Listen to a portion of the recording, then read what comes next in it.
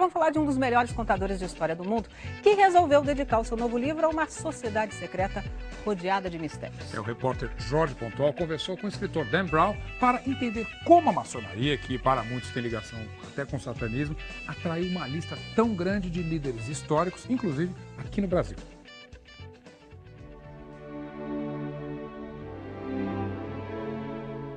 O mistério da maçonaria é o principal ingrediente do novo sucesso do escritor Dan Brown, O Símbolo Perdido. O autor do mega sucesso O Código da Vinci contou ao Fantástico que no livro anterior ele pergunta o que aconteceria se Jesus não fosse divino, mas apenas um profeta. No novo romance, a questão é se o ser humano teria poderes divinos, uma ideia que, segundo ele, vem da maçonaria. Toda a trama, cheia de peripécias, perseguições e surpresas, se passa num domingo à noite em Washington, a capital americana, uma cidade cheia de símbolos da maçonaria. Alguns são bem evidentes, como o obelisco, símbolo da divindade, encimado por uma pirâmide que representa a evolução do ser humano. A influência dos maçons se refletiu na criação da Biblioteca do Congresso Americano, hoje a maior do mundo. Um dos momentos mais emocionantes do livro é quando os heróis entram aqui no salão de leitura da Biblioteca do Congresso Americano, descrito como o salão mais bonito do mundo. Eles estão fugindo de uma equipe da SWAT e se escondem entrando por esta porta. A República Americana foi criada por um grupo de maçons, entre eles Benjamin Franklin, John Adams e o primeiro presidente George Washington. Nós fomos a um dos templos da maçonaria na cidade, onde os murais mostram o fundador da nação com o avental de pedreiro dos maçons, lançando a pedra fundamental do Capitólio, o prédio do Congresso Americano. Dan Brown lembra que o símbolo mais sagrado da nação, que está nas notas de dólar, é a pirâmide da maçonaria, encimada por um olho, que simboliza a sabedoria. Segundo o escritor, a pirâmide, incompleta, sem o vértice, é um símbolo de que o ser humano e o país nunca estão prontos, sempre podem se aperfeiçoar. Dan Brown destaca que, ao contrário do que muitos acreditam, os Estados Unidos não foram fundados como uma nação cristã. Os fundadores eram maçons que seguiam o deísmo, uma religião universal, que usa os símbolos de todas as crenças e acredita que todos os homens nascem iguais, com o direito à liberdade de culto. Sobre o altar do templo maçom estão os livros das principais religiões. Não só a Bíblia cristã, como a Torá dos judeus, o Corão dos muçulmanos e as escrituras de outras tradições. O salão deste templo, na capital americana, é o cenário da cena final do livro de Dan Brown e certamente será recriado com muito mais colorido quando o filme for feito. O templo é exatamente como Dan Brown descreve. Ali no fundo, o trono, onde se senta o grande comandante soberano da ordem. Aqui, o altar, em torno do qual se realizam os rituais secretos. Mas os maçons negam que o iniciado tenha que tomar sangue de uma caveira, como Dan Brown conta no livro. Segundo eles, isso é só imaginação do autor. O escritor diz que, na verdade, os maçons usam vinho em vez de sangue, mas insiste que a caveira é usada no ritual da quinta libação, descrito num livro por um dos primeiros presidentes dos Estados Unidos, John Adams.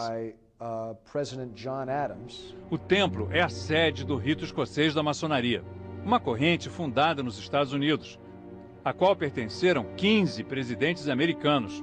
O último foi Gerald Ford, nos anos 70. Os líderes são mestres no grau máximo, 33. Segundo Dan Brown, esse é um número místico, a idade de Cristo ao ser crucificado e o número de vértebras da nossa coluna vertebral.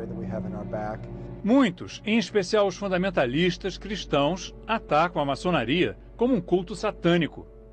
Mas Dan Brown insiste que os símbolos e rituais da maçonaria não são sinistros nem malignos, pelo contrário.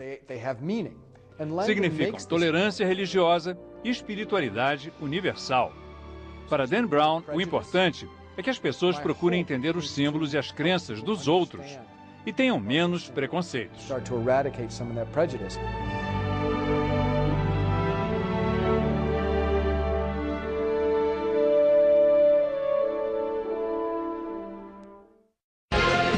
São séculos de influência na história do país. Anos de mistério em torno de uma instituição feita para poucos, a maçonaria. O Jornal do SBT mostra agora quais são os símbolos secretos da chamada loja e qual é a função dos maçons.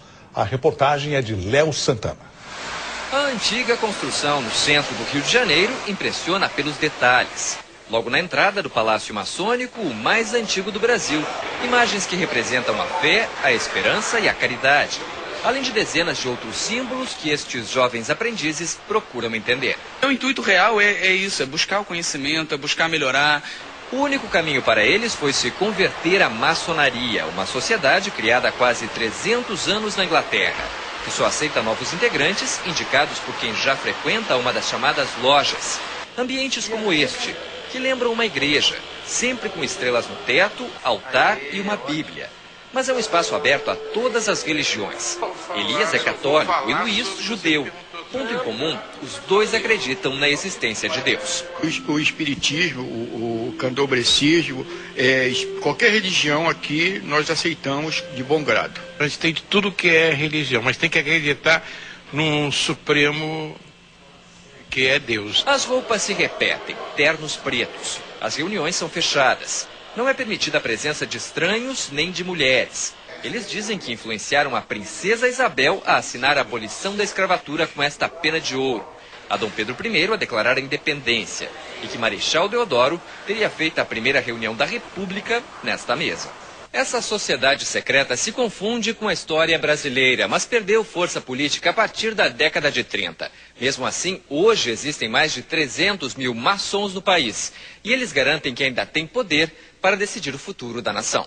É o que diz o grão-mestre do templo. No ano passado, ele assumiu o cargo que já foi ocupado pelo primeiro imperador do país. Eduardo revela que tem como colegas até senadores.